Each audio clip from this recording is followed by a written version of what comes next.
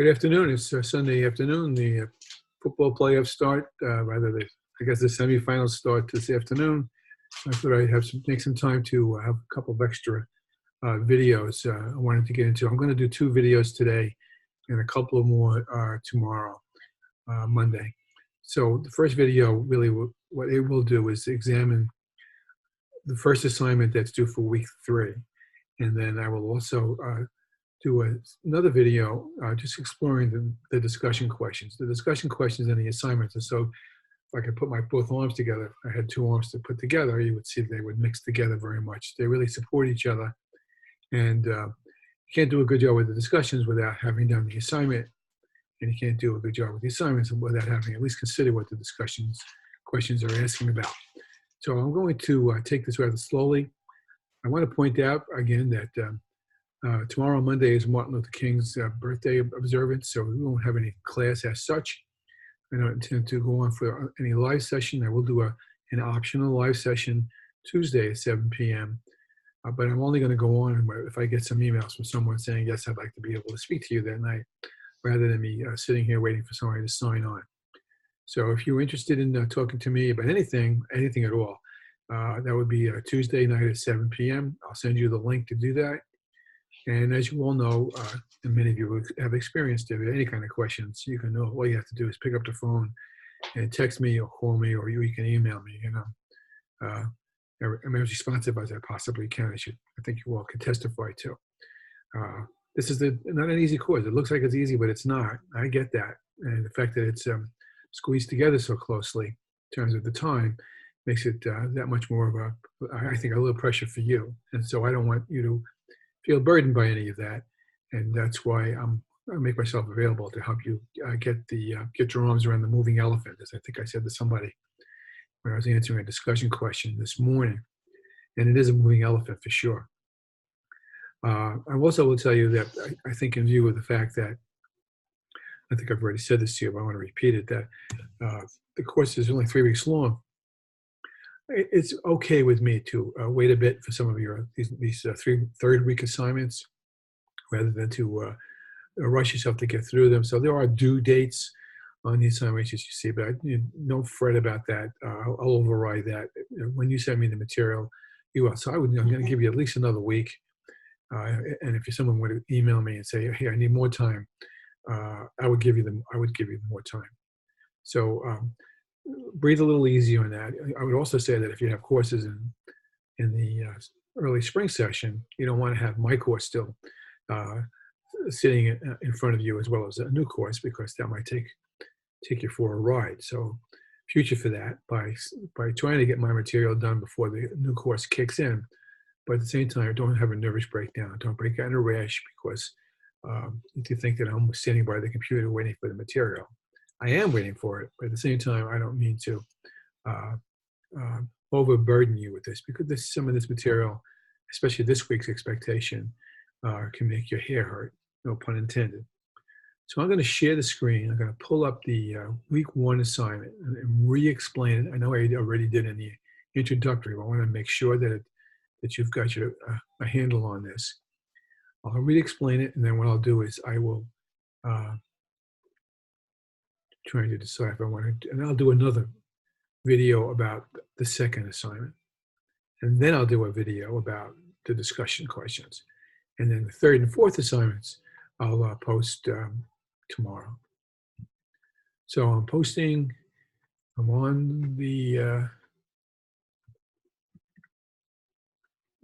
on Blackboard now. I'm looking at week 3, and you can see that there are 4 assignments here.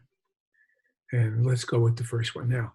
By the way, having evaluated almost all of the week 2 assignments as of this moment, very pleased with your thinking, extremely pleased with your thinking, and how easily you've understood the if-then piece very well. Some of you, I even commented and said, boy, you actually have begun to see this in the 3-dimensional way, which is where I want you all to be at the end of this particular week, as I've already explained, and you will never be the same. He smiled smugly when that all comes down to. So without any further ado, let's just look at that question again. Well, the only thing I wanted to say, I think I said also in the introductory video a couple of days ago, is that it's perfectly fine to use this course to future for yourself. Quite a few of you have been doing that. And however, the but at the end of my sentence is, now I want you to get past that a bit. Elevate your thinking a bit, or deepen your thinking, whichever way you want to interpret that, to begin to think about the futures that are out there. The easiest one to point my finger at is the climate change issues that seem to be accelerating. But there's many other places to look at. Educational spending, Long Island growth, the widening gap between the rich and the poor, especially on Long Island, the achievement gap between poor school districts and not, urban sprawl. I mean, the election, in a certain sense, whomever you choose to vote for in November is really a preferable future that you're choosing. And so you're choosing person X versus person Y. What you're doing is you're choosing that person's preferable future. I'm not sure if you've ever thought about it that way, but they'll all go into the same pot. So I want you to start thinking like that and to make it to the next place. I think I mentioned artificial intelligence as well. I mean, artificial intelligence, I'm not sure if it scares me or not. I did watch The Terminator a couple of weeks ago. Maybe I'm a little afraid of it from that count. But artificial intelligence and education, artificial intelligence and basketball, to my basketball coach. So what does that all mean? So with that, let's go back and look at week one. Week three. Based on your analysis of now what you've done is you've identified probable futures. Some of you moved a little too fast and chose your preferable, but it's okay. Not that you chose it, but you certainly narrowed so much into the preferable that you forgot there are other probables that are out there as well. Based on your analysis of the probable futures you're considering as a result of the cross-impact matrix, which I hope you see is a much deeper expectation than the futures wheels was. Use the Cartesian's future template to identify 4 probable scenarios that each probable scenario suggests, and then write 1 paragraph per scenario telling a story, which makes me I'll have to go back to content. You can tell I'm not a big fan of Blackboard. I sometimes struggle with some things. Let me bring up that Cartesian template for a minute.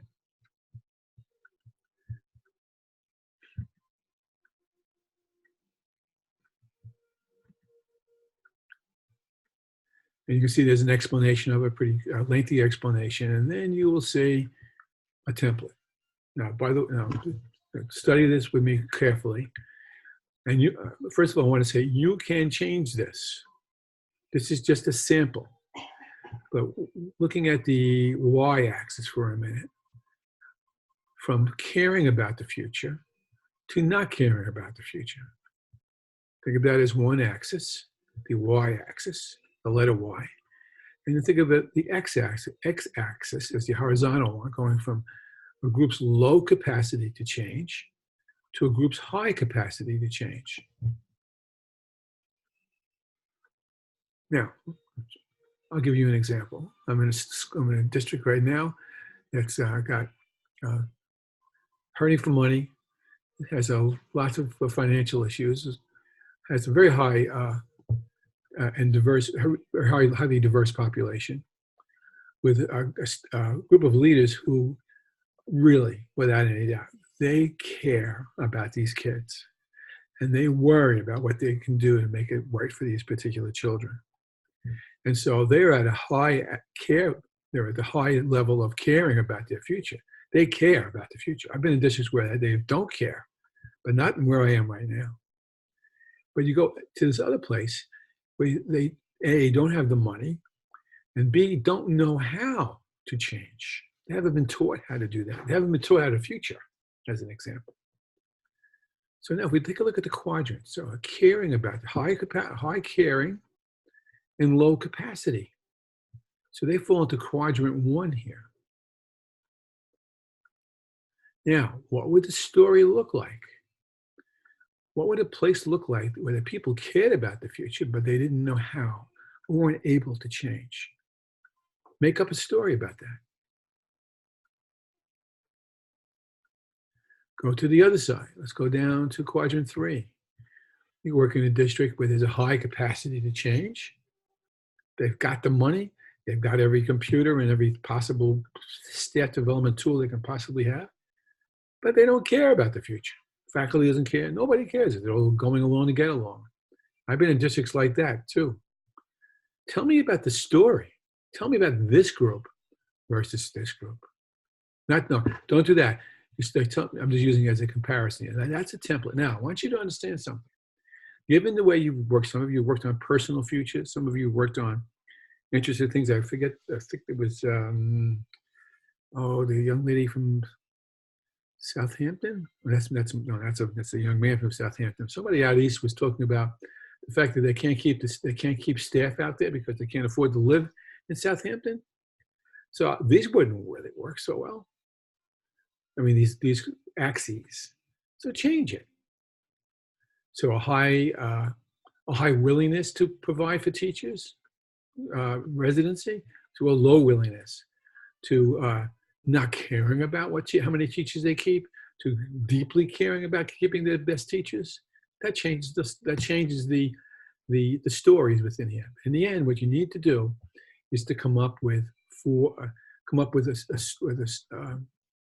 to the assignment, which means I have to go back here.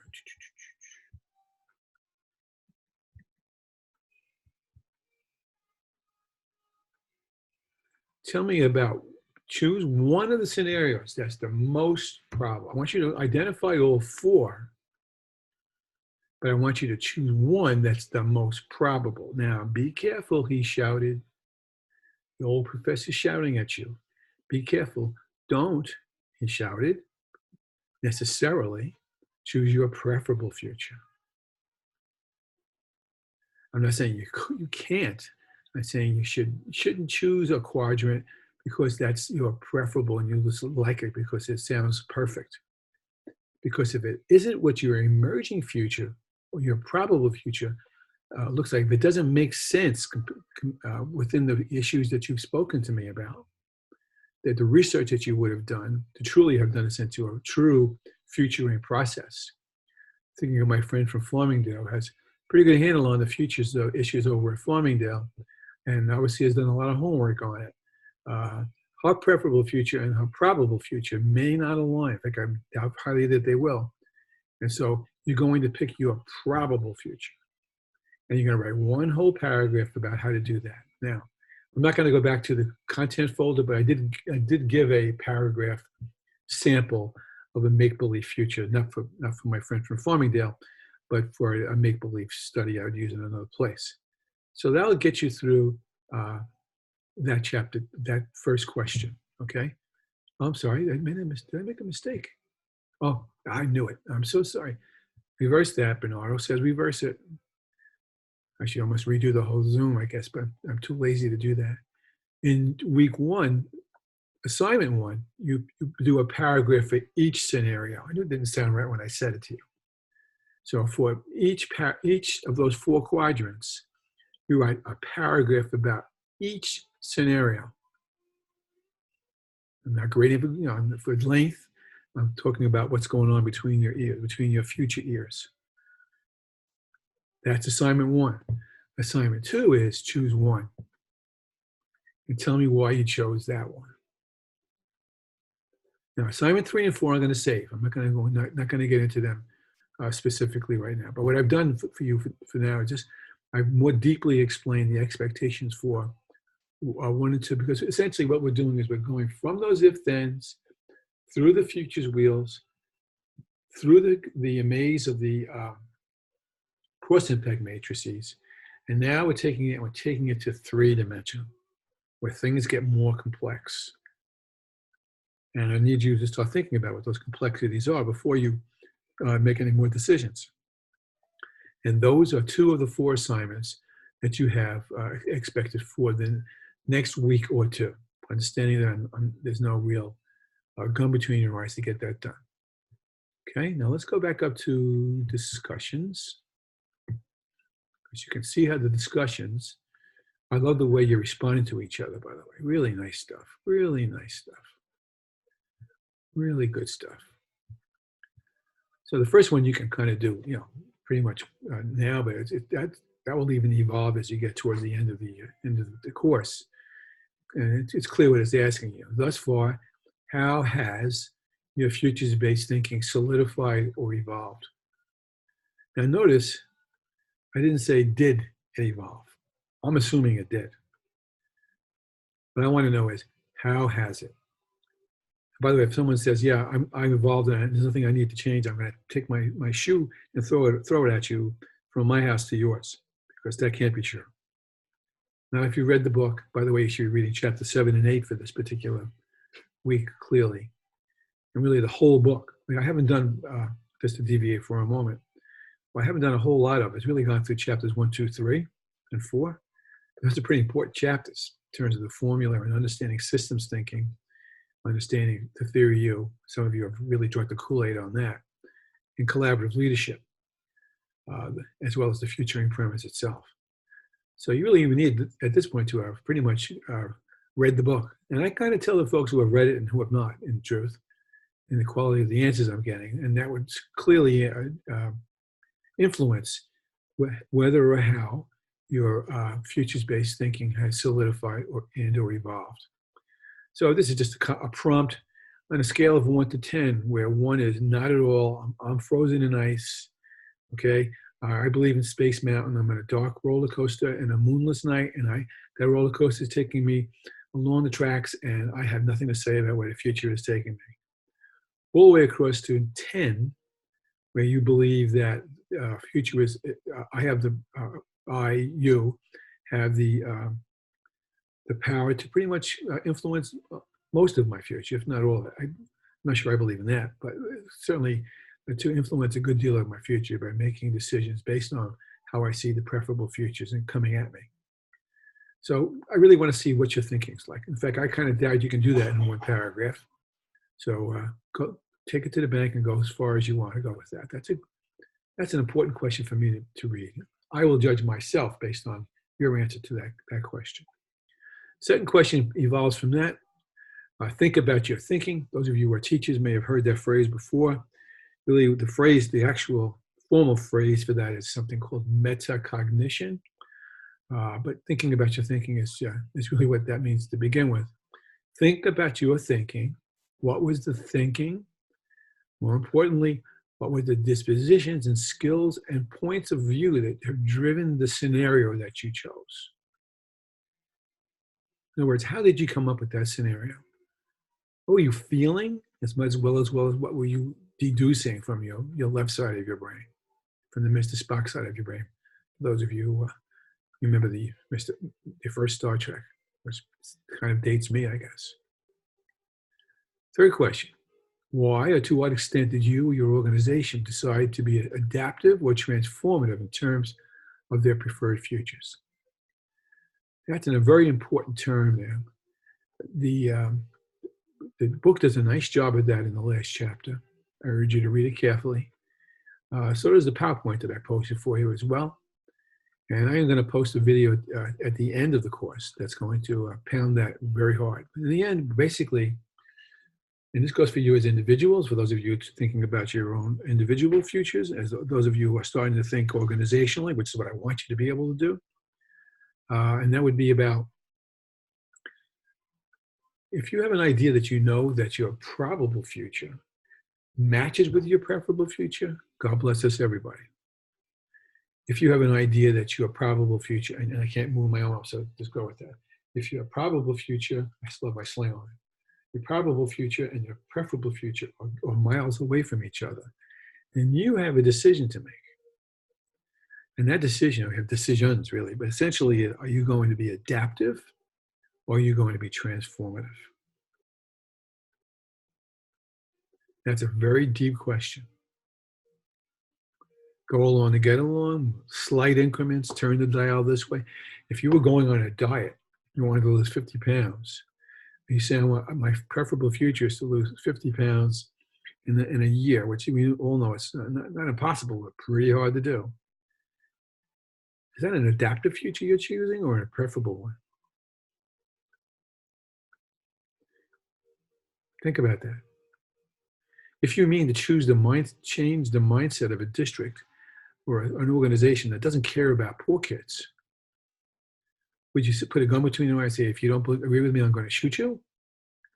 Or are you going to say, well, I need to find ways to get people to rethink what I'm doing, what we're doing for the needs of the children in this district?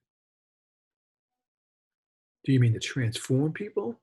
Or do you mean to just go along to get along? You can hear my vocabulary kind of poo-poo is adaptive, but I will tell you, I understand what adaptive. Adaptive sometimes is the best you can do. And I'm sorry who the person is who talked about the Southampton residency thing. Forgive me. The person who spoke about that had a couple of preferable futures there, and there were ideas I've heard before, and I wondered about the dispositions in that one. If the Board of Education there, lots of boards of education out there, by the way, will give a house to the superintendent, keep them there. But are they going to give a house or housing to the first year math teacher? Interesting question, isn't it? Now, when I was growing up in the city, and all of you can relate to this, Catholic schools I went to for a little bit before they threw me out,